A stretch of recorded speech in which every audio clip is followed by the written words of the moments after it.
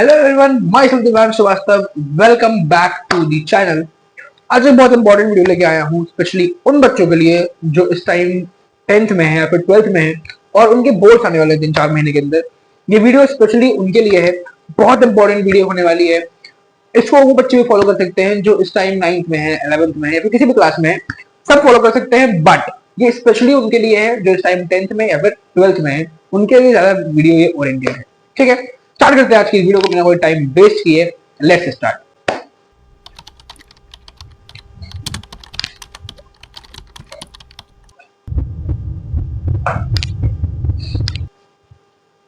देखो, सबसे पहली चीज तो एक मिथ मैं क्लियर कर दूं कि जो इस टाइम तुम YouTube पे अपने बोर्ड्स टाइम पे तुम भागते हो इधर उधर की ये वाली वीडियो देख लेता हूँ, ये वाली वीडियो देख लेता हूँ, इसमें कुछ अलग होगा, इसमें कुछ अलग होगा, ऐसा कुछ नहीं है। कोई अलग नहीं है। हर कोई जो है वो उसी सेम टिप को अलग तरीके से बता रहा है, but all videos are similar.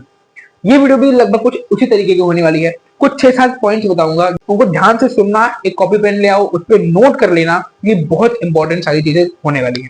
ठीक, स्टार्ट करते हैं आज की इस वीडियो को। सबसे पहला पॉइंट है सिलेबस एंड वेटेज। ये पॉइंट स्पेशली उन बच्चों के लिए है जिन्होंने अब तक कोई पढ़ाई लिखाई नहीं की है और वो अभी अभी स्टार्ट करने वाले हैं, डेट शीट्स आ चुकी हैं, तो उनके दिमाग में अभी डर आया है, अभी ऐसा वो जागे हैं नींद से कि हाँ अब पढ़ना पड़ेगा। तो ये उनके लिए है कि सबसे पहले जिस भी क्लास में हो, 10th में हो, 12th में हो, यूट्यूब पे, गूगल पे वो बहुत सारे ऐसे पेजेस मिल जाएंगे तुमको बताएंगे कि कौन से चैप्टर से कितना वेटेज है। ठीक, अब देखो, बहुत सिंपल सी चीज है कि तुम्हारे पास इतना टाइम नहीं रह गया है कि तुम अपना पूरा सिलेबस पढ़ो।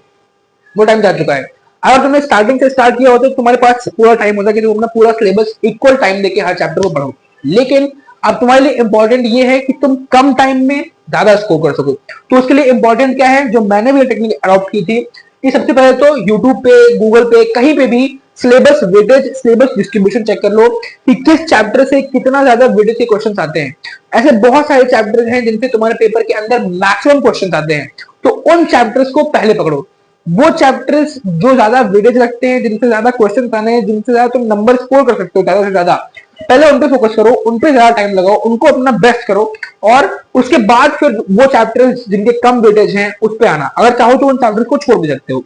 ठीक, तो कम टाइम के अंदर ज्यादा स्कोर करने की टेक्निक सिलेबस वेटेज, उसके अकॉर्डिंग खुद को। दूसरा पॉइंट है डिजाइन और रियलिस्टिक टाइम टेबल। देखो, अब तुम्हारे पास 3-4 महीने बचे हैं, चाहे वो 10th का बच्चा हो, चाहे वो 12th का बच्चा हो, हर किसी के पास 3 से 4 महीने बचे हैं। तो अब उस टाइम के अंदर तुमको करना क्या है, उस टाइम के अंदर तुमको सिंपल सी टेक्निक इस्तेमाल करनी है कि तुमको एक शेड्यूल प्रॉपर रेडी करना है। ठीक, और शेड्यूल किस तरीके का रेडी करना है, 2 तरीके का। एक शेड्यूल तुम्हारा होना चाहिए मंथली शेड्यूल, कि तुमको इस मंथ में कौन कौन से चैप्टर कंप्लीट करने हैं, और एक तुम्हारा होना चाहिए डेली शेड्यूल। ठीक, दोनों इंपॉर्टेंट है। मंथली शेड्यूल में तुम्हारे पास चैप्टर्स क्लियर होने चाहिए कि तुमको कौन कौन से चैप्टर्स एक महीने में कवर करने हैं और उन चैप्टर्स पे कितने दिन तुमको लगाने हैं। जैसे फॉर एग्जांपल अगर मैं बात करूं कि क्लास 10 का एक चैप्टर है ट्रिग्नोमेट्री, थोड़ा बड़ा चैप्टर है, 3 से 4 दिन उस चैप्टर पे तुम दे सकते हो। तो इसमें तुमको वो सर्टिफाई करना होगा कि तुमको 3 से 4 दिन इस चैप्टर पे देने हैं। ठीक, फिर तुम्हारे पास होगा एक डेली शेड्यूल। इसमें तुम वो चीजें करोगे कि ठीक है, मेरे पास 4 दिन है किस चीज के लिए, ट्रिग्नोमेट्री का चैप्टर करने के लिए, तो उन 4 दिन में से मैं आज के दिन कितना पार्ट करने वाला हूं वो तुम अपने डेली शेड्यूल के अंदर, डेली टाइम टेबल के अंदर रखोगे। ठीक, एक चीज जो मैं हाईलाइट करना चाहूंगा वो है ये वर्ड रियलिस्टिक। टाइम टेबल बहुत रियलिस्टिक बनाना, ऐसा कोई टाइम टेबल मत बनाना जिसको फॉलो ना कर पाओ। ठीक, क्यों, कि बहुत सिंपल चीज है, तुम ऐसा टाइम टेबल बना लोगे कि सर 1 महीने के अंदर मैं सारा सिलेबस कवर कर लेता हूं और फिर 3 महीने में रिवीजन करूंगा। नहीं, ऐसा नहीं हो पाएगा। रियलिस्टिक बनाना है कि 1 महीने के अंदर मैंने 5 चैप्टर 6 चैप्टर कर लिए, बाकी अगले 2 महीने, अगले महीने में और फिर अगले महीने में। ठीक, तुम्हारे पास टाइम है अभी भी। ठीक, तो एक रियलिस्टिक टाइम टेबल डिजाइन करना है कि तुमको किस तरीके से आगे प्रोसीड। तीसरा और बोर्ड की जर्नी का सबसे इंपॉर्टेंट पॉइंट जो है वो है PYQs, प्रीवियस ईयर क्वेश्चन। ये वो हथियार है ना जिसको अगर तुमने मास्टर कर लिया तो तुम अपने पेपर में 80 से 85 नंबर तुम्हारे कहीं गए ही नहीं है यार, क्योंकि 80 से 85% पेपर प्रीवियस ईयर क्वेश्चन से ही मिलकर बनता है। ज्यादा नहीं, 5 साल के सॉल्व कर लो। देखो, इसके 2 एडवांटेजेस है प्रीवियस ईयर क्वेश्चन के। वो लोग जो है कहते हैं कि पीवाईक्यू किसी काम नहीं आते हैं, काम आते हैं, मैंने खुद ट्राई किए भाई। ठीक है, तो पीवाईक्यू तुम्हारे 2 काम आएंगे। सबसे पहली चीज तो तुमको ये पता चल जाएगा कि किस तरह के क्वेश्चन कौन से चैप्टर से आए हैं, तो तुमको एक ओवरव्यू मिल जाएगा कि हाँ इस चैप्टर का मुझे ये टॉपिक पढ़ना है। और दूसरी चीज, तुम्हारे क्वेश्चन की प्रैक्टिस हो जाएगी। तो तुम अलग अलग मॉड्यूल्स पे, अलग अलग बुक्स पे इस टाइम भाग रहे हो, कोई फायदा नहीं आएगा। पीवाईक्यूज करो, पीवाईक्यूज तुम्हारे बहुत काम आएंगे। चौथी चीज है रिवीजन। अब तुम्हारे पास 4 महीने बचे हैं, उनमें से 3 महीने में तुमने क्या किया, सिलेबस कवर कर लिया। लेकिन तुमको सिलेबस कवर करने के साथ साथ रिवीजन करते हुए चलना है। तुम्हारे पास इतना टाइम नहीं कि तुम पहले सिलेबस कवर करोगे फिर एंड में जाके रिवीजन करोगे, नहीं नहीं नहीं, तुम एंड पे ही चल रहे हो, तो तुमको अपना सिलेबस भी कवर करना है और रिवीजन भी साथ में करते हुए चलना है। 2 स्टेप आगे 1 स्टेप पीछे, 2 स्टेप आगे 1 स्टेप पीछे। जब ऐसा करते हुए चलोगे तो अपनी प्रॉपर डेस्टिनेशन पे पहुंचोगे। ठीक, अब एक मेथड दूर कर दूं कि सर रिवीजन कैसे करना है। अपने नोट्स उठाए और नोट्स को पलट के पढ़ना स्टार्ट कर दिया, नहीं, बहुत बोरिंग है, रिवीजन नहीं कर पाओगे, छोड़ दोगे बीच में। रिवीजन का सबसे जो इंपॉर्टेंट टेक्निक है, सबसे महत्वपूर्ण टेक्निक है, वो ये है कि रिवीजन क्वेश्चन के थ्रू करना सीखो। जैसे फॉर एग्जांपल मैं वही एग्जांपल लेता हूं ट्रिग्नोमेट्री का क्लास 10 की। तुमने क्लास 10 की ट्रिग्नोमेट्री उठाई, तुमको उसको रिवीजन करना है। अब तुमने क्वेश्चन लगाना स्टार्ट किए, ठीक, तो जब तुम क्वेश्चन लगाना स्टार्ट करोगे तो तुम देखोगे कि कुछ क्वेश्चन ऐसे होंगे तुम्हारे फंसेंगे। तो अब वो क्वेश्चन किस टॉपिक से आए हैं, सिर्फ उस टॉपिक को रिवाइज करो। इससे तुम्हारा टाइम भी बचेगा और रिवीजन में तुम बोर भी नहीं होगे। क्यों? क्योंकि तुम क्वेश्चन लगाए हो, तो क्वेश्चन में तुम बोर नहीं होगे। ठीक, तो रिवीजन कैसे करना है? रिवीजन तुमको करना है अपने क्वेश्चंस के थ्रू, ठीक, और उन क्वेश्चंस में वो क्वेश्चंस फंस रहे हैं जो, तो वो किस टॉपिक से हैं उस टॉपिक को रिवाइज कर लो। 5वां पॉइंट और बोर्ड्स की एक रियलिटी की फोकस ऑन प्रेजेंटेशन। ठीक, ये बहुत इंपॉर्टेंट चीज है जो बहुत सारे बच्चे मिस करके जाते हैं।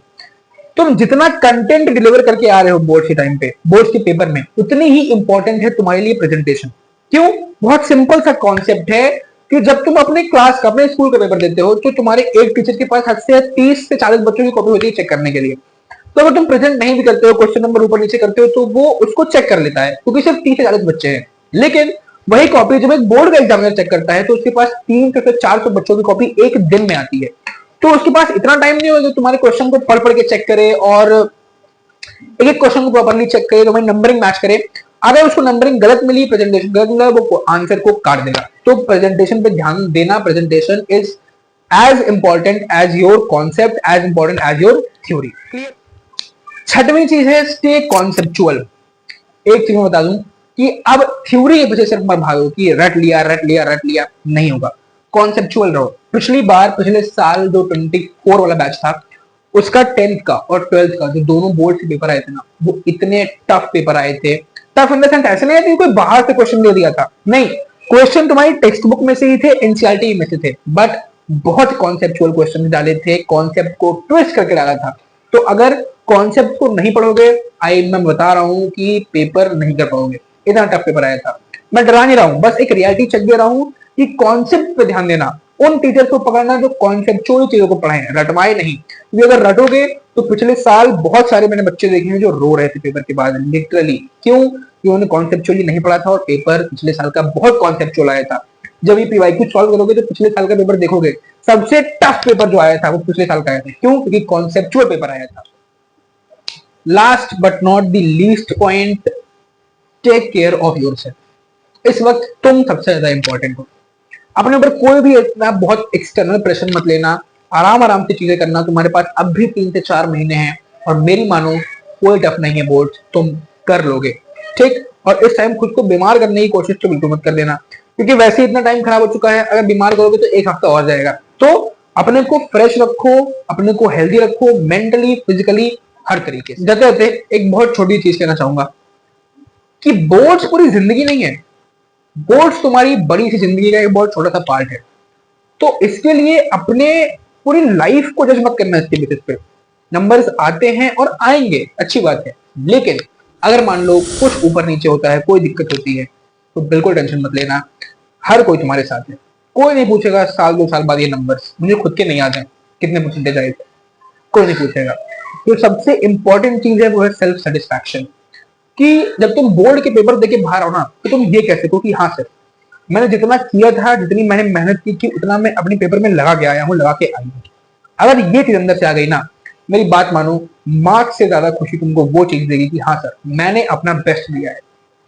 तो हमारे लिए इंपॉर्टेंट क्या है कि अपना बेस्ट दो, अपना बेस्ट दो और अपना बेस्ट दो। अगर तुमने अपना बेस्ट दिया तो कोई तुमको नहीं रोक सकता है सक्सेसफुल होने से, कोई तुमको नहीं रोक सकता है अपने बोर्ड्स में 90-95% स्कोर करने से। तब तक अपना ध्यान रखो, पढ़ते रहो, तैयारी करते रहो, and you will win. Thank you very much.